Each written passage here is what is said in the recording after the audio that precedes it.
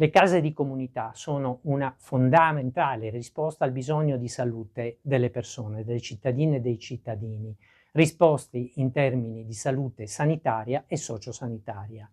Dovrebbero essere realizzate entro giugno di quest'anno, i lavori sono fortemente in ritardo. Noi siamo preoccupati da questo ritardo, ma soprattutto siamo preoccupati dal fatto che queste strutture, che sono un'importantissima risposta, rischiano di essere delle scatole vuote. La CGIL esprime preoccupazione perché la domanda di assistenza territoriale in Veneto, dove cresce la popolazione anziana, spesso sempre più sola, è in costante aumento, ma le risposte sulle case di comunità, dice il sindacato, non sono rassicuranti. I lavori sono al palo. Sulla base dei dati che noi abbiamo siamo particolarmente preoccupati perché a oggi le case della salute rischiano di essere in qualche maniera un qualcosa di mancato, che non dà le risposte che noi ci aspettavamo.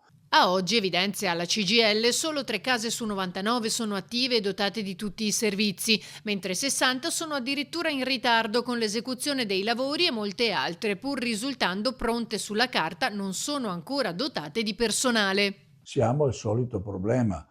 Con alcune categorie non c'è stato l'accordo necessario, penso ai medici di medicina generale per la loro presenza, così come non c'è stato il reclutamento del personale necessario per far partire questi nuovi servizi.